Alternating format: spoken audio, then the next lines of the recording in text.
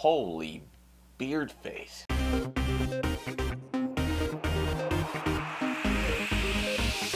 Ginger Runner.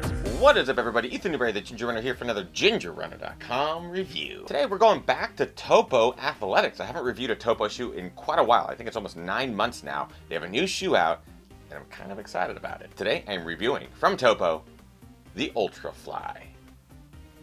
Yeah. Alright, the UltraFly is the most cushioned Topo to date. 5mm drop, 28-23 stack height, 5mm insole, 18.5mm midsole, and a 4.5mm outsole. This shoe is cushioned, and I can actually feel the cushion this round, and I'm super excited about that in this new shoe from Topo. It's advertised as more of a guidance shoe, which I think is kind of a misnomer because it works for pretty much everybody. The guidance classification comes here on the medial side. There's a bit stiffer midsole material that helps to guide your foot. But I do a lot of my running up here in the midfoot and forefoot area, so I don't really find myself striking too much where that's located, so it doesn't really bother me. It actually works as a well-rounded neutral shoe as well. A good long-distance shoe for me. While they definitely seem to follow the build and design of previous shoe models from Topo, that added cushion definitely helps separate the shoe from the previous models and makes me like it just a little bit more. Let's get on with things that I like and dislike about the Topo UltraFly. Starting with things that I like: cushioning. Previous Topo shoes had a bit of an issue with me, where the cushioning felt a little flat underfoot, even though it had supposedly a ton of it. They weren't really plush, they were more responsive, pretty heavy, but I think this shoe gets it right with the cushioning. It balances out really nicely. You get plenty of cush up front and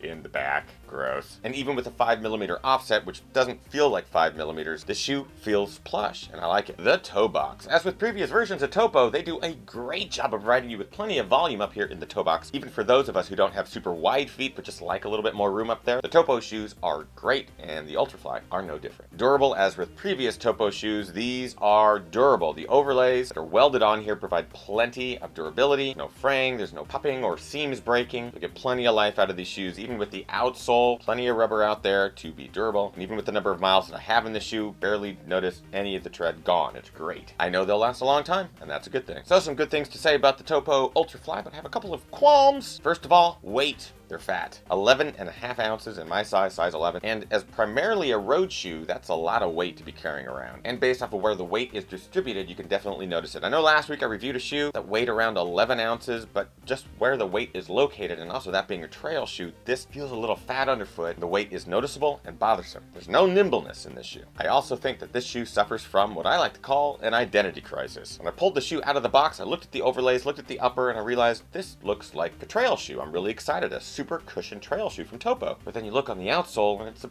bit more refined, like a road shoe. It still has lugs, but it doesn't make for a super great trail runner just because of how everything is laid out, and it's not going to be really good in inclement weather or anything like that. So the upper of a trail runner and the outsole of a road shoe would seem to make this a good hybrid, which I think it kind of is, but ideally this would make an awesome trail shoe if they just made the outsole a bit more rugged. You've got the durable upper, you've got plenty of cushioning in the midsole, as well as protection from those rocks and sharp edges. Give this thing a bit more aggression, you got yourself a winner. But as it is as a road shoe, I'm a little torn on it.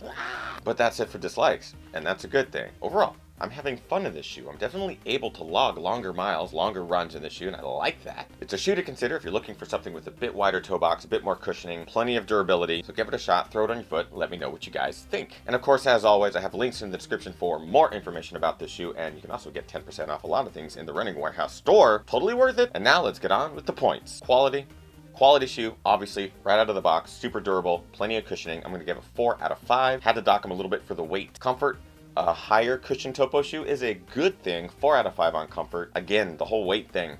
Wish it was a little bit thinner. Price at $120. I'm going to give it 4 out of 5. That's a decent price. Kind of right there for a good durable cushion shoe. And finally, looks. The great equalizer where everybody's opinion will be different. I'm going to give it 3 out of 5. I really don't think it's the quintessential beautiful shoe. It's not bad, but it's not great.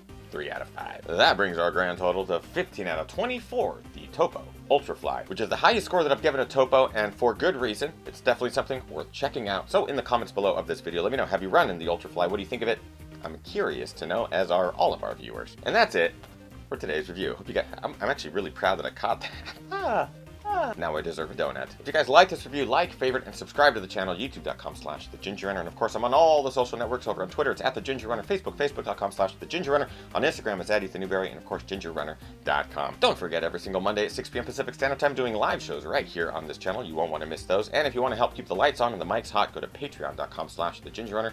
And for as little as $1 a month, you can help make everything happen. Hope you guys are getting out there, training hard, racing harder, and partying the hardest. I know I am. We'll see you guys next week. Goodbye.